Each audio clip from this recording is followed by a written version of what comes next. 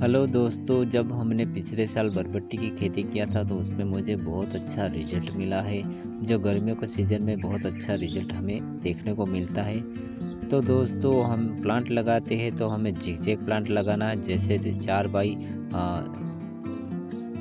जैसे 15 इंच के अंतराल पे दो दो सीड लगा दीजिए। तो उससे क्या होगा, एकदम हमें रिजल्ट अच्छा मिलता है। तो दोस्तों, मैं आपसे बार बार कहता हूँ जिगजैग प्लांट ही लगाना है। जैसे उसमें अगर आप कम दूरी पे लगाएंगे तो अपने इतना अच्छा अपने को रिजल्ट देखने को मिलता है। तो दोस्तों, मैं हर साल गर्मियों के सीज़न में बरबटी की खेती करता हूँ। जैसे मुझे अच्छा उसमें रेट भी मिलता है। जैसे 50 रुपये से लेके 60 रुपये किलो हमें होलसेल भाव में मिल जाता है। तो हमें इस तरह से खेती करना चाहिए जिसमें ज़्यादा बीमारी नहीं लगती है और कम समय में उसका प्रोडक्शन चालू हो जाता है। तो ऐसी खेती कीजिए। जैसे मैं आपको बताता हूँ, इसको बहुत सारे लोग पसंद भी करते हैं। जैसे होटलों में भी बहुत उसकी डिमांड है। तो मैं हर साल इसकी खेती करता हूँ और जिगजैग प्लांट ही लगाता हूँ। तो आप इसी तरह से अगर खेती करना चाहते हैं तो मेरी वीडियो अंत तक ज़रूर देखिए।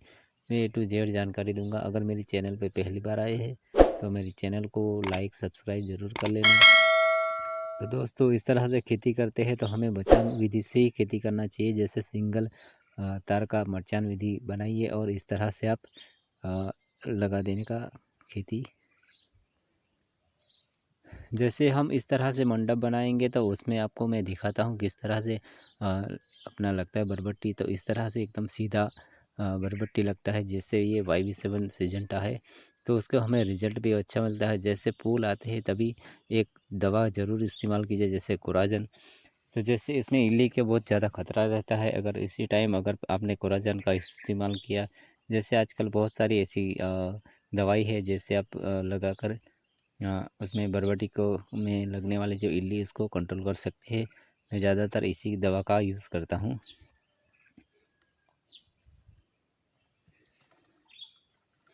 तो दोस्तों, ये जब पहली बार जब फूल आता है, अगर इसको कंट्रोल नहीं किया तो बहुत सारी इसमें इल्ली घुस जाती है। अगर इल्ली घुस गई तो उसमें मार्केट में उसमें बहुत प्रॉब्लम है। सब लोग जो ग्राहक होते हैं, जो लेने वाले, वो छोड़ के भाग जाते हैं। इसके लिए इसको दवा को आप ज़रूर छिड़काव कीजिए।